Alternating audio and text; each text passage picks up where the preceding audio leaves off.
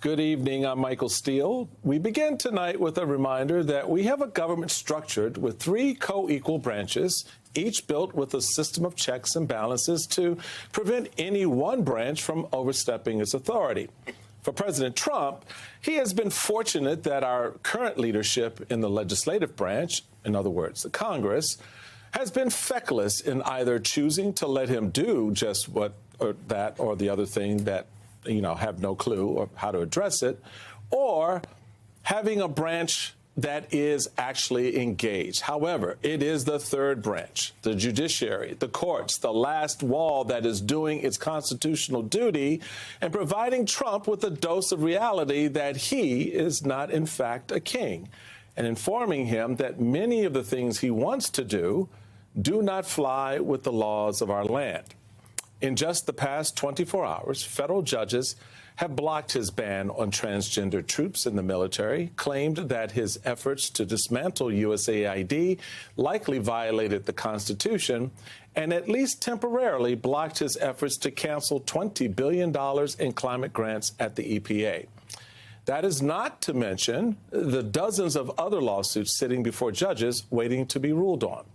Again, this is how a democracy is supposed to work. Now, of course, Trump can't distinguish between a legal fight and a political one, so he does what he always has done, and that is attack the judges as being radical, seeking publicity, and calling for them to be impeached. Many people have called for his impeachment, the impeachment of this judge. I don't know who the judge is, but he's radical left. We have very bad judges, and these are judges that shouldn't be allowed. I think at a certain point you have to start looking at what do you do when you have a rogue judge. I think some of it's for the publicity. They love the publicity. All of a sudden they're on the front page of every newspaper, but they have no right to be.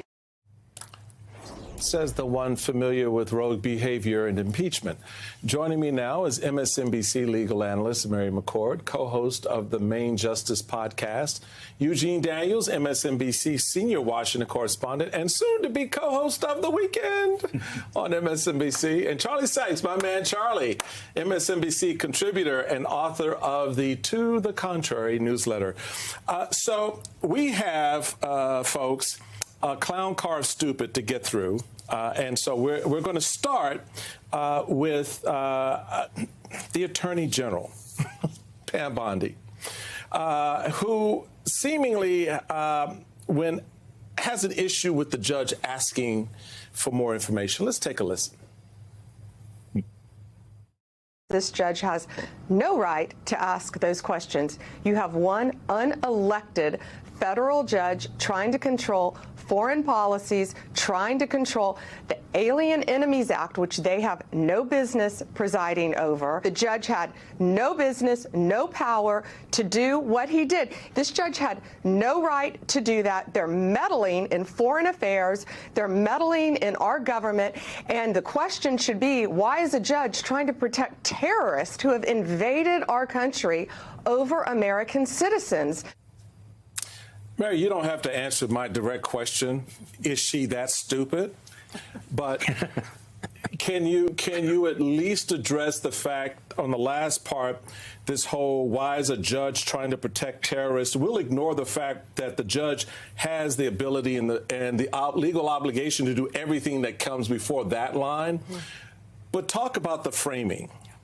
So I think this is very purposeful framing to keep using the word terrorist to distract the American people from what this case is really about, which is, did the president have the authority to proclaim the Alien Enemies Act in order, which basically requires that there be an invasion by a foreign government or foreign nation?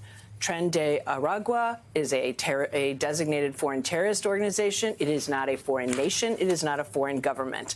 These are things that courts throughout, I mean, there haven't been a lot of invocations, 3 times, all during declared wars, the War of 1812, World War I, World War II. These are the only times it's been used, and there is some limited amount of judicial review. Second, it's about are these men who were deported even members of TDA? Or, what's the process? So this is about rule of law and due process. This is not about supporting terrorists. I know Judge Boasberg. We were prosecutors together in the U.S. Attorney's Office. Pam Bondi was a prosecutor in Florida. She knows this is not about supporting terrorists. It's about the rule of law, making sure that it is complied with, what Congress intended in the Alien Enemies Act, and that people have their rights protected. Due process applies to all of us here in this country.